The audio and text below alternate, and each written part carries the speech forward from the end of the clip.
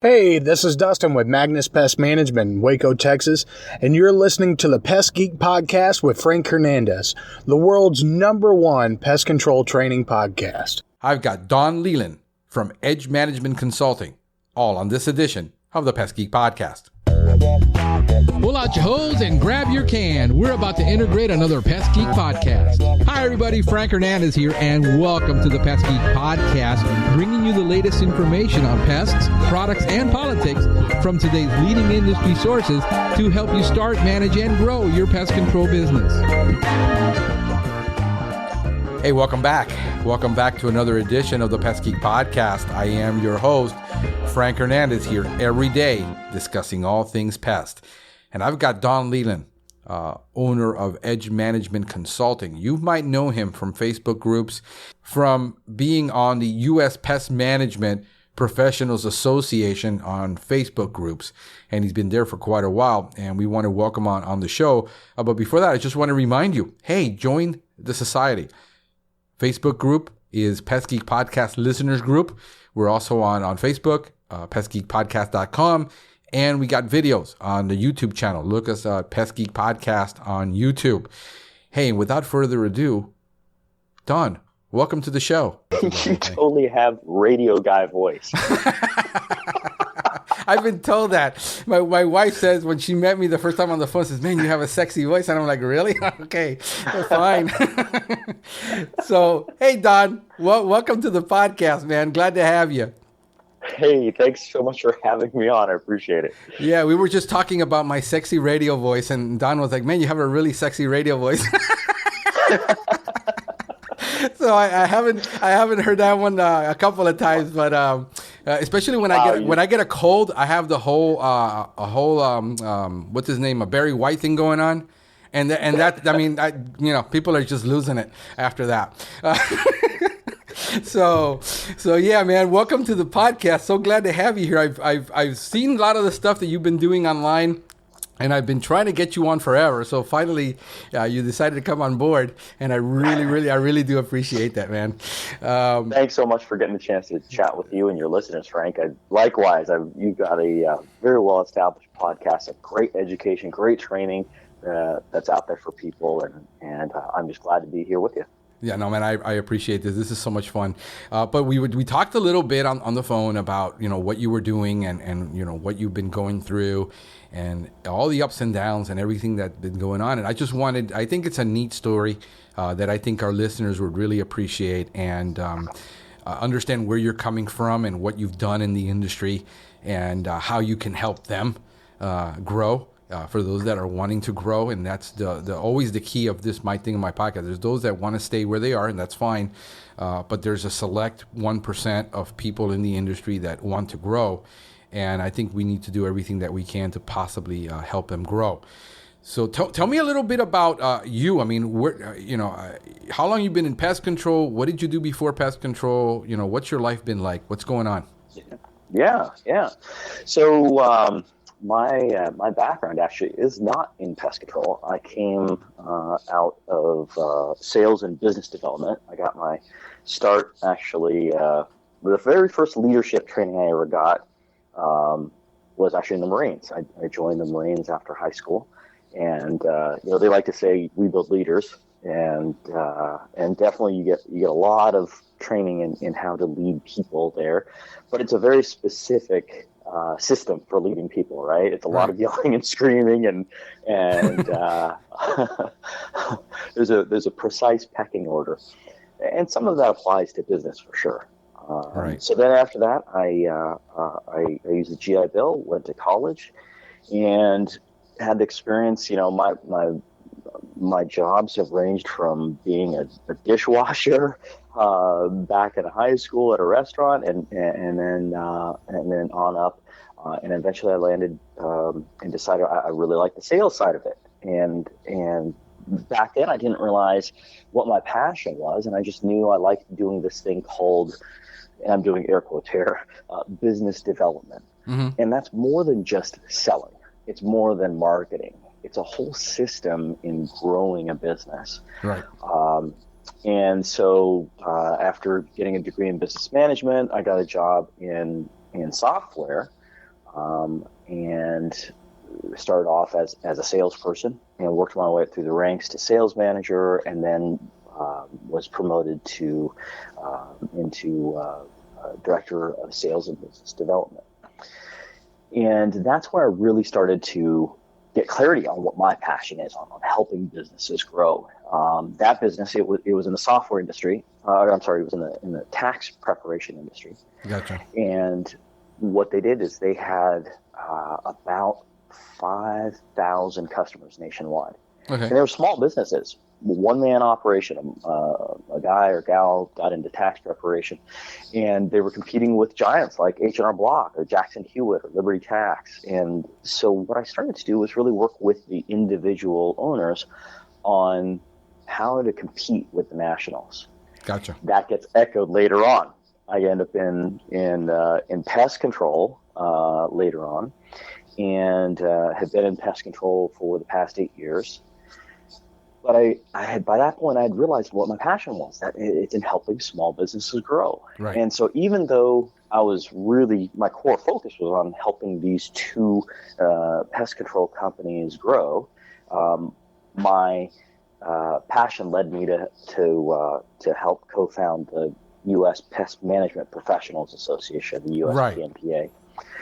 And then out of that, really working on offering those, just sharing knowledge, sharing tips and advice and experience on how you can help your small business grow and compete with nationals like the Big O or the T or Right. the other ones that are out there. Right. So you started out in so we got a lot here in common, you and I, more than you think. Because I didn't join the Marines. I wanted to join the Air Force back when I was 18, and the only reason I could not get in is because I had a pre-existing condition, and they would not let me into the Air Force, to the military. But I was going to join the Air Force. I figured my background in computer science was going to get me in, and then I was going to go in as an E3 with my degree and be able to do because my original background was in programming, and then I got into sales. The same thing. I figured out I really liked talking to people, and I got into more and more sales, and then I spent almost 30 years in sales. So we got a lot of, and then we end up in pest control. So this is pretty cool, to have something like that, to something you can relate to. But when you got into you've been in pest control for eight years. You worked in business development and software. The companies that you went to work for when you went into business development, what kind of money were they doing? How big were they? Like these companies that you Yeah. So the first pest control company that I joined, we were under $1 million, and by the time I left, the final numbers were closer to $4 million. Okay. And then the That's second big. organization, it was some really good growth, some good people there. The second organization was considerably larger. They owned quite a bit of market share here in the Seattle area. And when I joined, they were under 10 million, and by the time I left, we were on track to hit 13. Wow, that's pretty large. You don't have that many pest control companies that are above the $5 million to begin with. They're ranked. They went from 94 in the PCT Top 100 the year that I left. So for the 2016 year was the last year that PCT, the last time they ran one of those. They haven't put out the 2017 yet. They were ranked 64. Wow. So moving up the list, and a lot of it comes into some of the things that I see your listeners asking about, which is how do I diversify? How do I add other services to the portfolio? And so we can certainly talk about that. There's ways to do that, but I think that also can be a giant vacuum of resources as well. Right. Now explain that to me. That what you just said. Yeah. So I don't think that's when people start saying, I need to. I think people see the opportunity there in offering other services, and you hear stories of other pest control companies that offer, insulation or clean out service, or they'll start to do, holiday lighting, and they'll start reaching out for other ways to generate more revenue from the current customer base they have. And that's very smart. That last part is smart. It is smart to remarket to your existing customer base because you already have them as an asset. Right.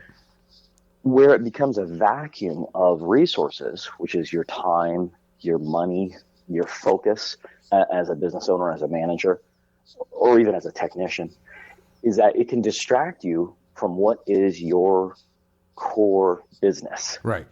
So as a real example, one of the things that I've experienced is that there was an idea around, can we start doing sump pump installation and start doing drainage inside of crawl spaces? Because we all know when we're in crawl spaces, well, certainly here in the Seattle area, there's right. a lot of water. Right.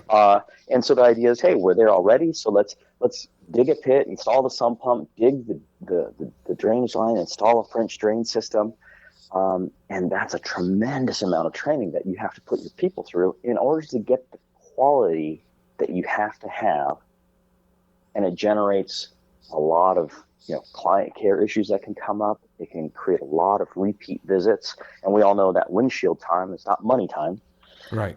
So that's what I'm referring to when I say that, when you start looking at other ways to generate revenue out of your existing customer base, you have to be very careful and look at the long-term impact of what does that do to your core business? How much time does that take away from pest control? And if you were going to invest money in that initiative, how much more money, ultimately, how much more return on your investment could you get if you invested that in pest control marketing, for example? Right. Yeah. I went through that same scenario, which is great you brought that up, because I went through that same scenario at the beginning. We had designed the company originally, another type of company by design, to be a complete property service company.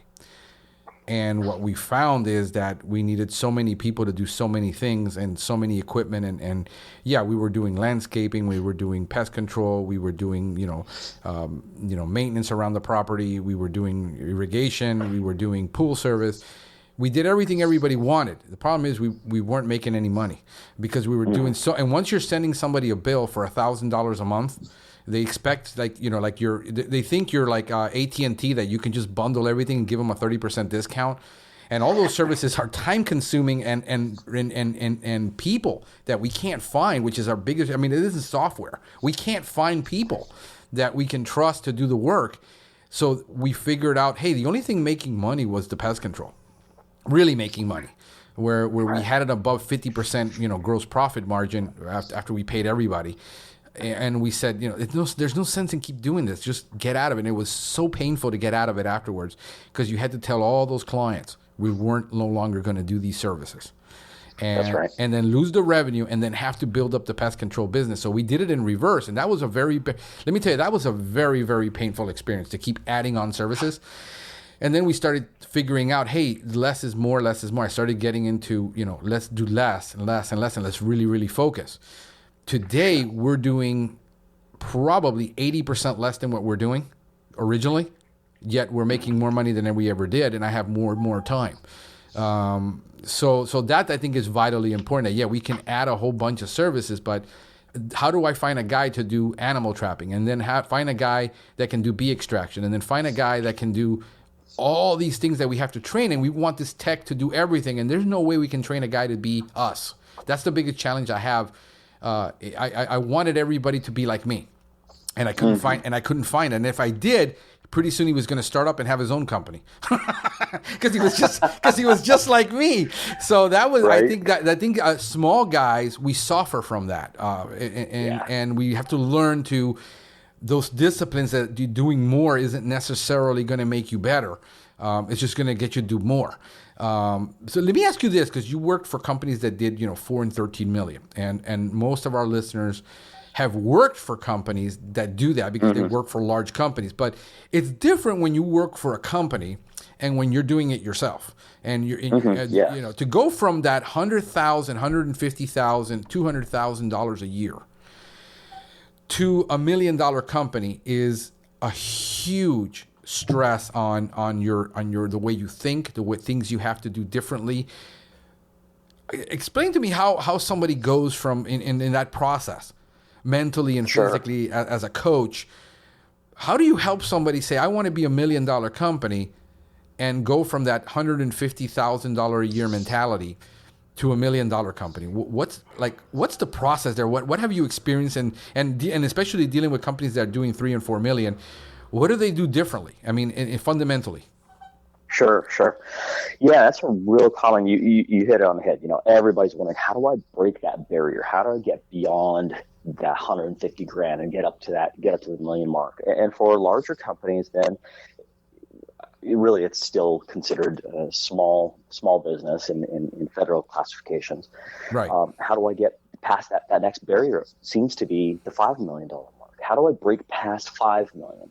And the answer is the same, whether on the scale, whether you're at that 150 or you're at the 5 million mark.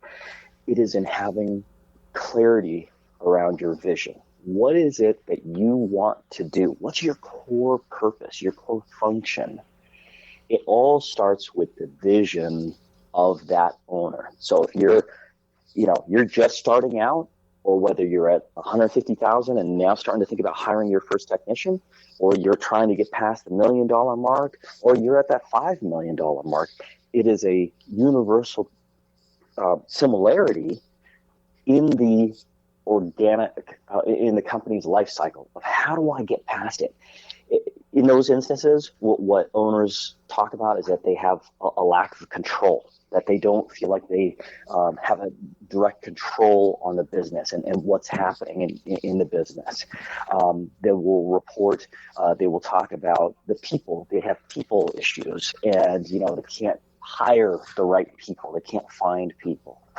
We'll hear complaints about, there's not enough profit. I'm doing a lot of work, but there's just not enough profit. Or sometimes people won't even talk about profit. They'll just say, I'm not making enough money. A lot of companies will also talk about, that I've become stagnant, but I know I want to grow, but how do I grow? Or the most common one that I hear is nothing's working. I've tried this, I've tried that, I've tried different strategies, and nothing is working. And those 5 symptoms can all be addressed by following a system. I didn't create it. It's one that I've learned.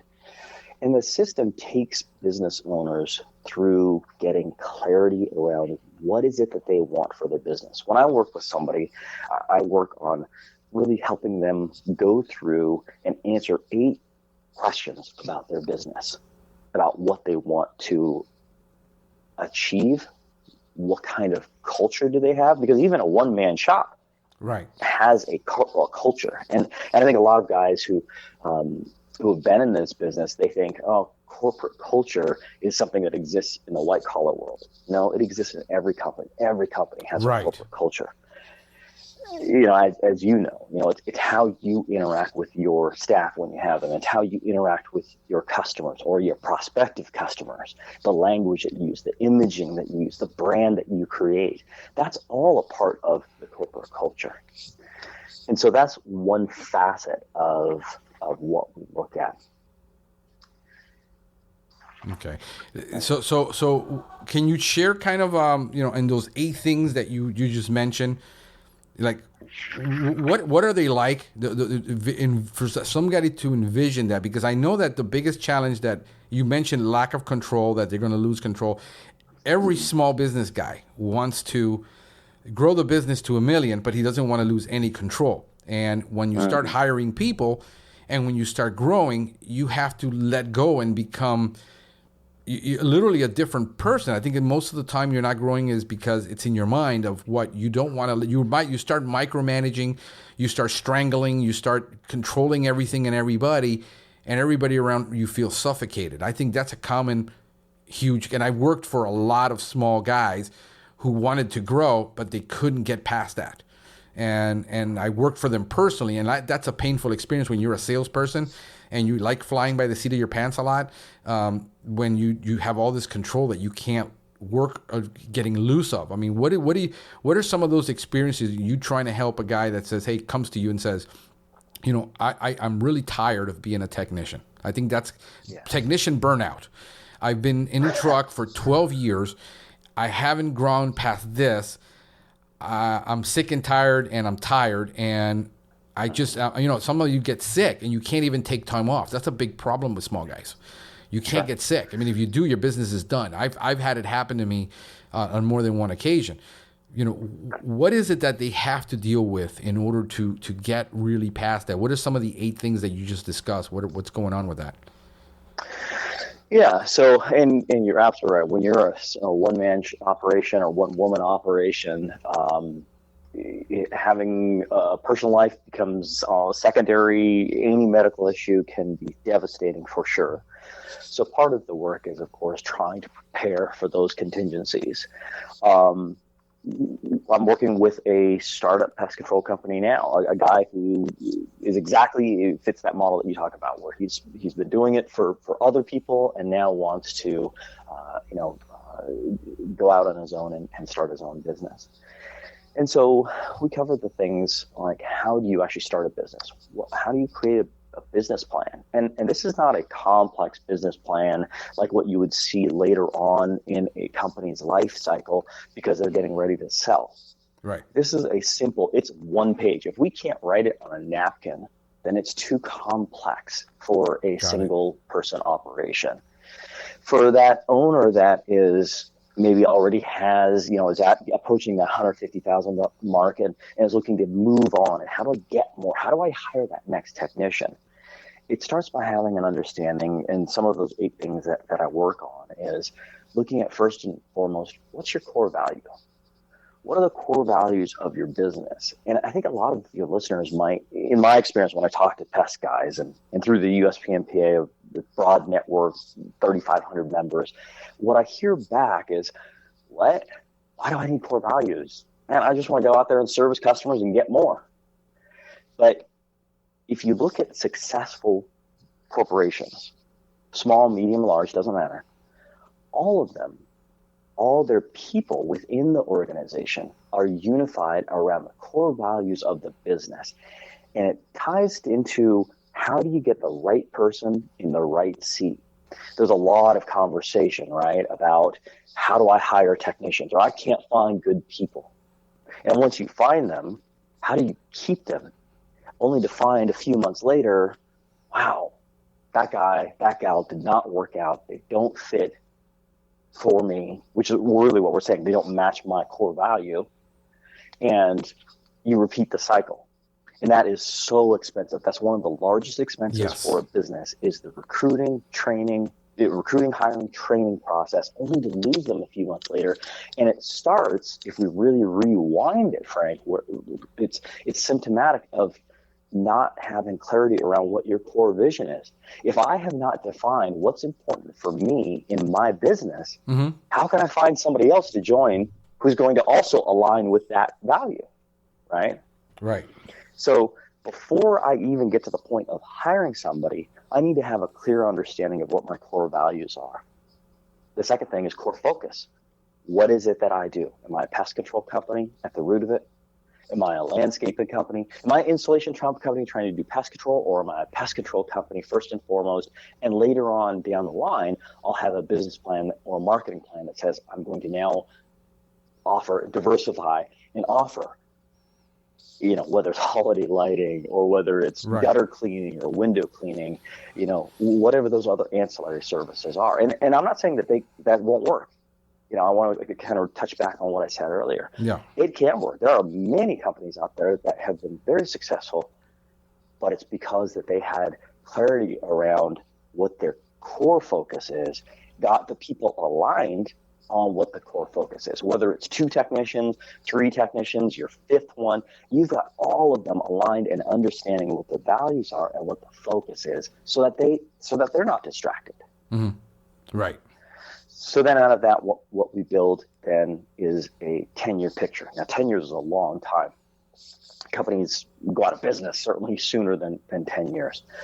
But if we're following this model correctly, what the 10-year target gives us is and it's a sliding 10-year target. What we're looking for is what's going to happen in the next 10 years. We won't have all the answers of how we're going to get to that 10th year target. But what it does is it gives us a basic roadmap that says if I'm driving across the country, and this was go back a few years before technology, I didn't have GPS. Right. I would know, okay, my goal is to get to from Seattle over to Florida so I can visit my buddy Frank. So I'm going to start driving, and I might drive down through Oregon, and I might get into California, and I'm going to take a left, and I'm going to start heading east, and I'll get to Florida. That gives us a general sense, an operational guideline that says this is where we're going, this is where we want to be.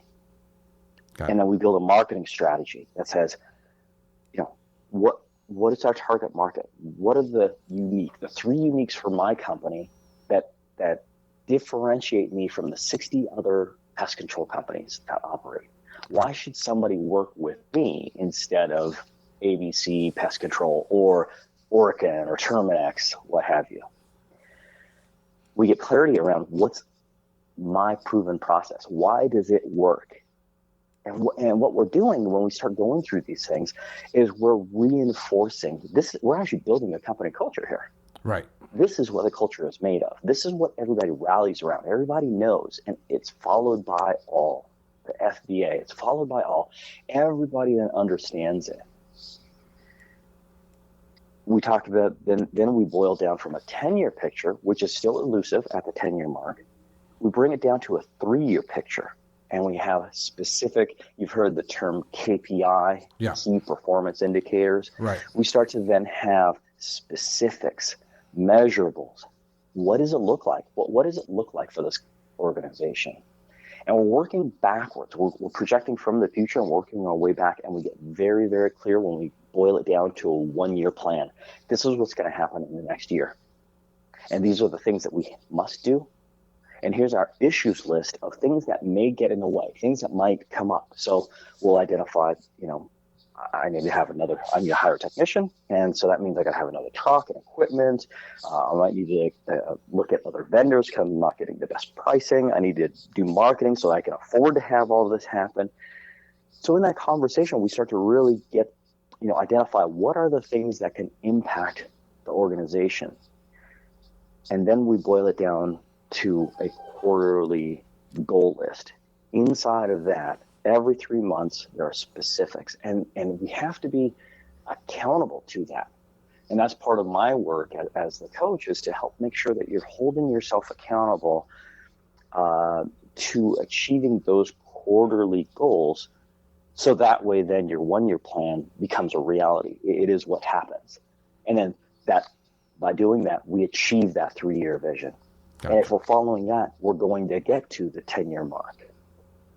So long, probably a little bit more detailed answer there, but it's a long way. And really what this is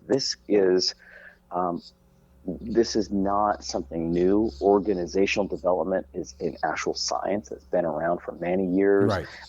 It's often just globally referred to as business management. But organizational development is what we're talking about. It's how do you lay that foundation? And it really just starts by having the clarity, the vision from the owners. What is it that I want to do? Why did I go into business to begin with? That very first time, it may be like, I'm tired of working for this person. I made them a bunch of money. I'm going to go make my own money. That may have been the catalyst, but that's not your vision. Right. And your I vision think, is... Yeah, people they have that entrepreneurial seizure where they just fed up with everybody. So the natural thing is quit and then start up because you're done, with everybody. But you find out later, it's not as I compare business startup just like dating and marriage. You date and everything is wonderful and everybody's planning for a wedding, but nobody's planning for a marriage. And once you get married and the party's over and you spend $30,000. You're like, oh man, we actually have to do something here. And that's when it gets hard. So that's how I compare it, is that I would compare it if you've been married, you dated, and you've had kids, that is the same process you will go through in starting your business. It can be very grueling and very painful if you don't have a road plan. So yeah, man.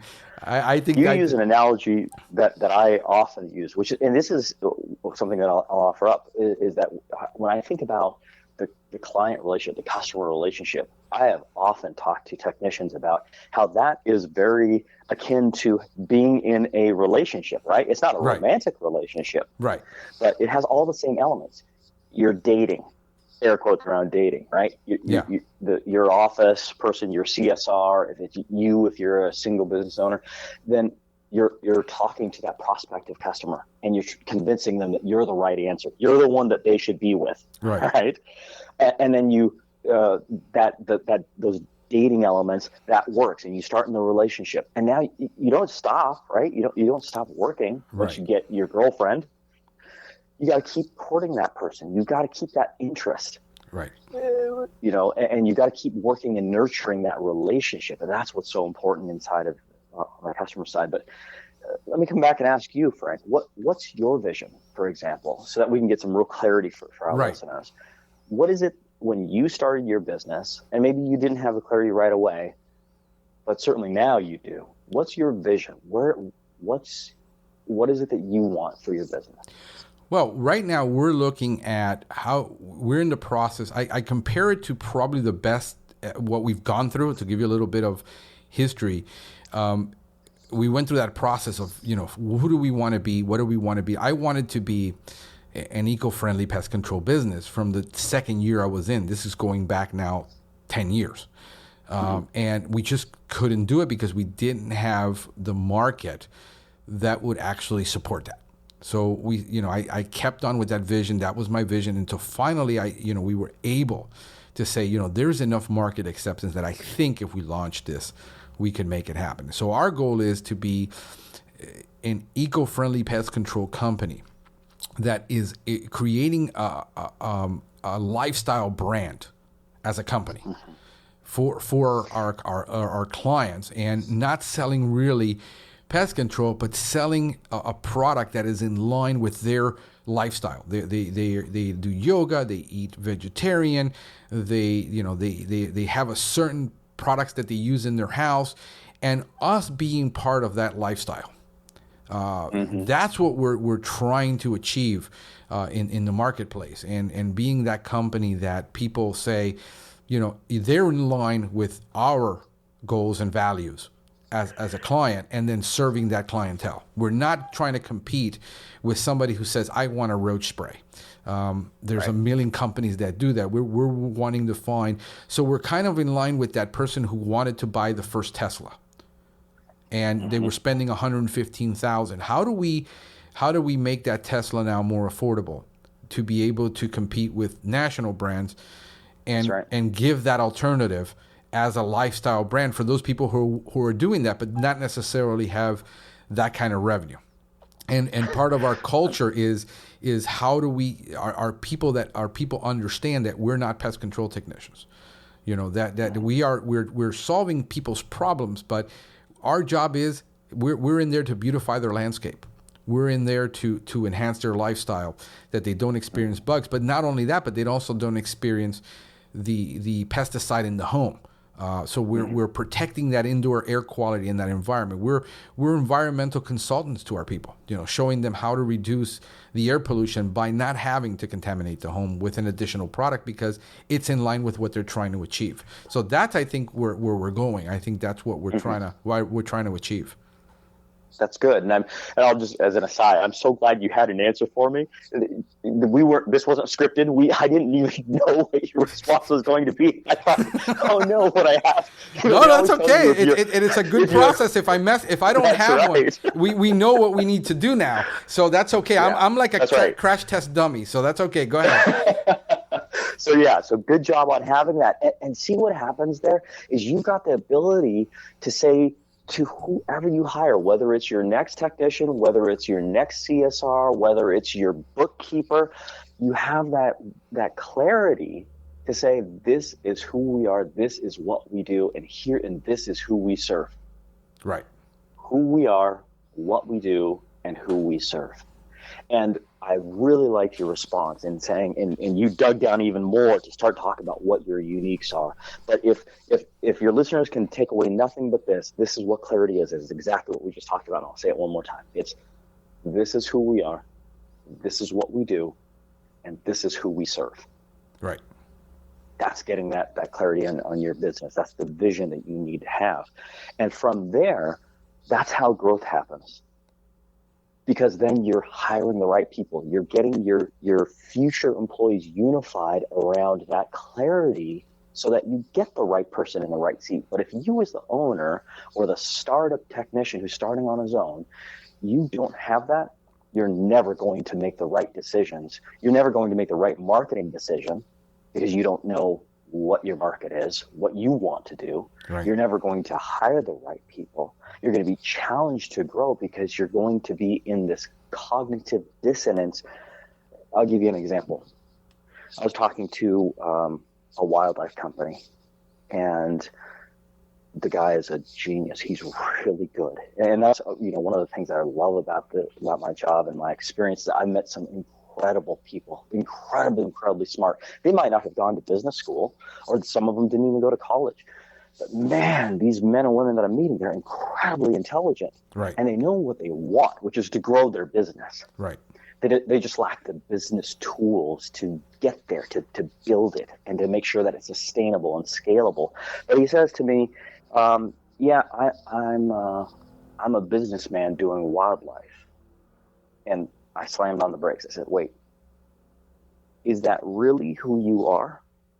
Or are you a trapper who has a business?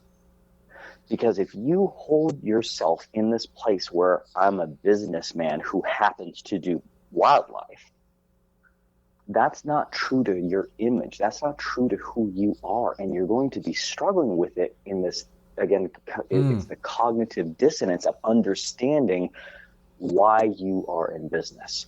If you're a businessman, you're going to be a lot more focused on the nuts and bolts of the operation, not in the field connecting with a customer on the face-to-face level and actually doing the work. You're going to be working on the business, not in the business. Right. And for a lot of these business owners, what we've got to work on is just getting that balance. You have to do some of both. You have to be able to pull yourself out of the field so that way you can work on the business as well. Yeah. That's been always the challenge, is how do we work? And was that difficult? I'm telling you, it's difficult to step away and say, I'm going to spend a day or 2 hours a night or 3 hours a night working on the business, not in it. And to separate yourself from that was, because I look at everything, it's kind of like we have an old saying, like if you're a hammer, everything is a nail. That's right. So for me, pest control was something I had to learn as a discipline, but in my core, I'm a salesperson. I mean, that's who I pretty much am. I'm the guy who wants to sell. I mean, I remember when I got my first technician and we were growing, I doubled sales in 1 year. But, I couldn't get people to do it, and I hit a wall. And because everything is, how do I create a sales process? How do I create a funnel? How do I keep the pipeline full? I'm always thinking in sales mode. And then I have to take my technical ability and say, how do I become a great technician because I have good technical abilities? And then how do I become a manager? And how do I work on this business as far as strategy goes long term? And we're so caught up in the day-to-day.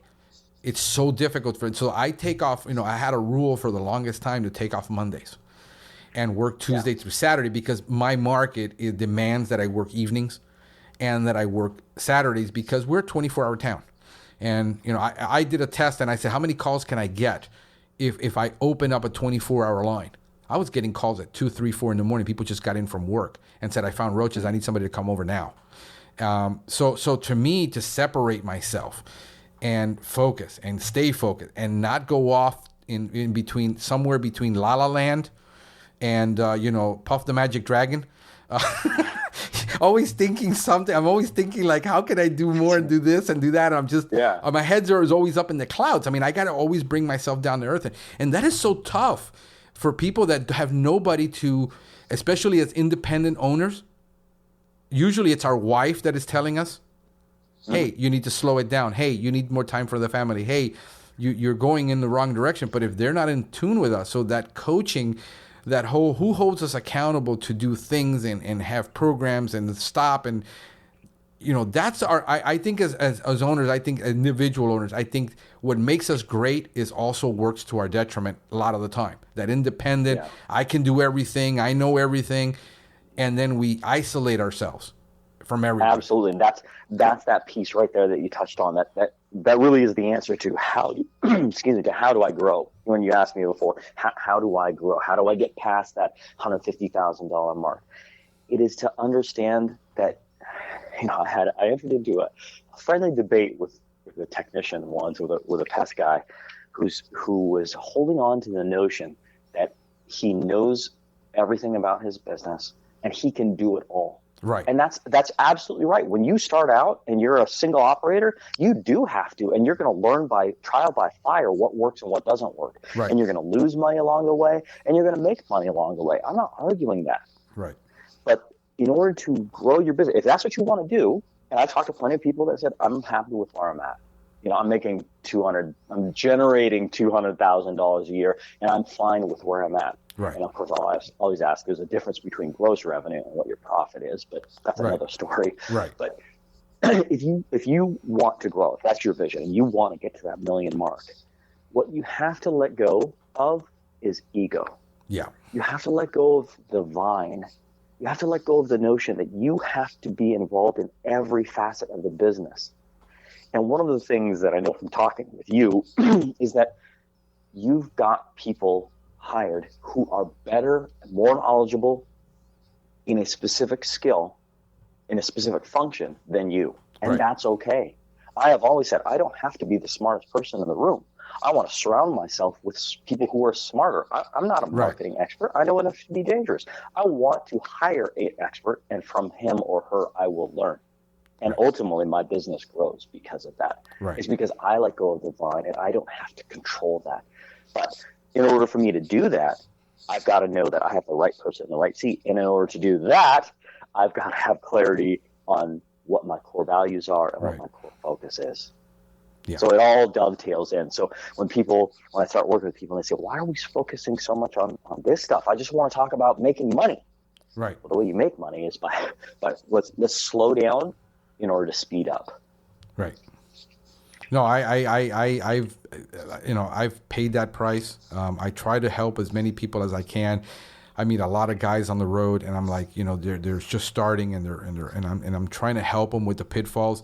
And sometimes I've done a lot of youth counseling, so it kind of helps me understand, because in doing youth counseling, sometimes they think they know everything, and you're telling them, you're making a mistake by doing this or trying to go after that, and eventually they're going to end up doing it anyway. and figure out that, Frank was right 3 years later.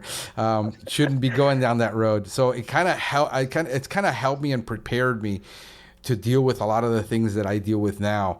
And kind of, when I'm talking to techs, I'm talking to people I'm going to hire, I want to know where they are as a person, more than, because the technical stuff I can really train on. I can't train on the life stuff. And a lot of the time, a lot of the problems we have growing a business is life stuff. It isn't the technical part. I mean, if I can teach you how to do this and that and the other in a system, I'm systematized. I'm a franchise model. Everything is protocoled. It's dealing with the life stuff. And personally, I think that's the biggest challenge that we're having as small business people. It's all the life stuff that we need to move past, and the ego. You nailed it. It's everything. I know everything. I'm doing it, and I want everybody to do it. And I just can't find someone to be just like me. Right. Yeah, I'm looking for mini-me to come join my organization. Right. That's I don't have clarity on what that looks like. I just know I want. My hair's on fire. I'm running through brick walls. I'm working 20 hours a day. And really, that's who you want to hire? Yeah. No, that's not who you want. You don't want another one of those. That's just a terrible mirror. Look at the man in the mirror. The man in the mirror is crashing, bro. That's right. Oh God, you just gave me a terrible visual of some of the stuff I done. I'm to the point now where I'm really starting to enjoy the business more than I was when I was working. I was working 80 hours a week. And that was startup, and I'm used to startups, but now I don't have to. Now I'm pretty much down to about 60 hours a week, and we're making more money than I ever have because of that, because of the same things you're talking about. Those are things that I've implemented. I was just reading a book. I've read a couple of books, by the way, so you should probably enjoy this one, being that you're ex-military. Team of Teams. Sure. I'm finished listening to. I'm about halfway through that one. So military people, because a lot of my bosses that I worked for were ex-military. So even though I wasn't in the military, I've learned a lot from military people about discipline and self-discipline and things like that. So that, I thought that was, you got a good book you'd probably recommend to somebody that was looking to hire you and saying, what kind of, what do I get? And what kind of book, do you recommend or something like that to somebody to help them in this process as they're going through making up their mind to let somebody, because this is personal. I mean, this is like, you're asking somebody else who's a stranger to come into your life and disrupt what you're doing. I mean, that's literally what's going to happen is you're going to get told things you don't want to hear. And a lot of us don't want to be told that we're wrong. What would you, is there a book? Is there something that you're recommending, something you've read, something that would help somebody? Yeah. And you hit on something, what change comes often through pain, right? Those life learning experiences in all of our personal lives, we've gone through so many learning experiences, and a lot of times there's some amount of pain or discomfort that came with it as you learned, whether you're working out in the gym, you're active in sports, you're stretching your mind, you're learning a new skill. There was some amount of work that had to happen for that transformation to happen. Right. If nothing changes, nothing changes. Right. Right. So I think to answer your question, when people, and we see this question a lot, and everybody always goes to, I kind of laugh a little bit. People always go, oh, you should read E-Myth. And I think, and I've read that book many times. It is a good book. I don't think it's the transformative book. I personally, my book review of it would be that it's outdated. It's no longer relevant. Wow. Because the science of growing business, that organizational development has moved far forward. There's two books that I would recommend that everybody read. The first is Traction by Gino Wickman. Okay. Last name is Wickman. Traction. It's getting a grip on your business. It takes you through the organizational development system that I just described. Gotcha. That what I teach, what I coach is Traction. Okay. So if you want a greater insight on that, pick that book up and read that, and then I'm glad to answer questions. The second book that I always recommend is definitely more, and it ties back to the culture side, and it's written by a guy named Daniel Pink. I'm familiar with Pink. The book is, and he has quite a few good ones, and one of the ones that is one of my favorites that I pick up and reread. To Sell is Human. Yes, I love that Sell book. is Human. Right? Yes, it is. And it talks about, it changes. Yeah, I'm glad you're familiar with it. It changes that ABC, right? Yes. The old school Wall Street, always be closing. Yeah. And it changes it to, it modernizes the ABCs. And it talks about attunement to our clients and to the marketplace, to buoyancy, to getting, to dealing with all the rejection that we deal with as business owners, as salespeople, as people, as human beings, right? And then the clarity, right? The clarity of, again, who we are, what we do, and who we serve. Yes. So those are the two that I would definitely recommend. Definitely. No, I love it. I'm going to get actually the first one I haven't heard about, so I'm going to go ahead and get that. And because Pink, I have his books, and I think the way he writes, I really like it. I really like that. To me, To Sell is Human. The cover just, you had me at To Sell, because That's right. You had me there. So that one is great, and I definitely use that book in my management training for my people because they got a lot of stigma. But I'm not good at sales. I got a brilliant technician who's great with people. I mean, the guy is just a mini me on steroids. And he's, but he said, I don't know how to sell. And I said, dude, you don't understand. You are already selling from the moment you walk in the door. It's just your personality, your charisma, the way you behave. You're selling. All you have to do is say, would you rather buy this or this? And I'm sure they would just say, yeah, this. It's just getting past that mentality of being a salesperson that, we're always selling. My kids are excellent salespeople.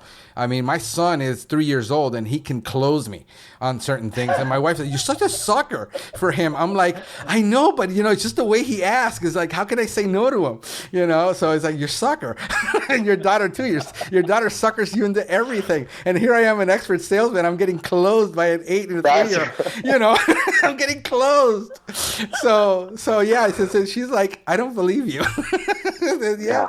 So it's learning how to really get all that together and learn from our children. I mean, they're expert salespeople. So he's already conditioning me on his birthday, because his birthday is coming up in 2 months. So he's already he wants Paw Patrol for a birthday. He's priming the pump already. Yeah, I know. He's a Paw Patrol, and and then so he wakes up in the morning. This is hysterical, Don. Wakes up in the morning, tells my wife, one of the characters is a little dog, and he's a Marshall. He's a dog. So he wakes up and says, "Me and Marshall are just really hungry." I thought that was classic, man. That kid is just classic. So he's already telling everybody he's having a birthday in 2 months, and we haven't even told him we're giving him Paw Patrol, but he's already told everybody. And he's selling it before. He's like me. He's like, "Sell it, and then we'll figure out how we're gonna do it." So that's what he's done for the last couple of weeks now. He's telling everybody that he's having a Paw Patrol birthday, and so now we're obligated to get him a Paw Patrol birthday. I mean, I have no choice. He's already told everybody he's getting one. I can't let him down. So that's great. Yeah. So man, look, I really, really do appreciate this, man. I appreciate. We've been on almost an hour, dude. So it's really cool, and I wish you all the success in the world. I mean, you're a great guy. You're doing a lot of things to help a lot of people. If somebody wants to get a hold of you, what would be the best way for them to get a hold of you and talk to you about your consulting and what you're doing for people? Yeah, absolutely. Thanks so much for the opportunity, Frank. And I'd love to chat with people. The conversation is free. If you're struggling and you want to talk about, hey, how do I transform my business and take it to that next level? Right. Let's just have a conversation. I love helping. Again, that is my passion. That is who I am and what I love to do. Right. is help businesses grow. So they can reach out to me. My email is info@edgemanagementconsulting.com. You can, my website is edgemanagementconsulting.com. You can also feel free to text or call. My phone number is 206-446-0401. That's the best way to reach out to me. If I'm with somebody, I'll call you right back. All right, perfect, man. No, I appreciate that, and everything that you're doing. And feel free to come back anytime. If you got anything you want to talk about, great. And if anything you want to share with anybody, go ahead and write it out. We'd be glad to get it out to people and through our listeners, and get them to read it or whatever it is that you have, because I know that I know you've done some good things, and you're going to help a lot of people. Much, so I really do appreciate the time. But thanks, Frank. Whoops! I just dropped my recorder. I'm so excited. But no, man, I will go ahead and get this out, and it's been a blast, man. I really do appreciate the conversation. Good. Thanks, Frank. All right, man. Take care of yourself. Bye-bye. You too. Bye. We hope you have enjoyed this edition of the Pest Geek Podcast.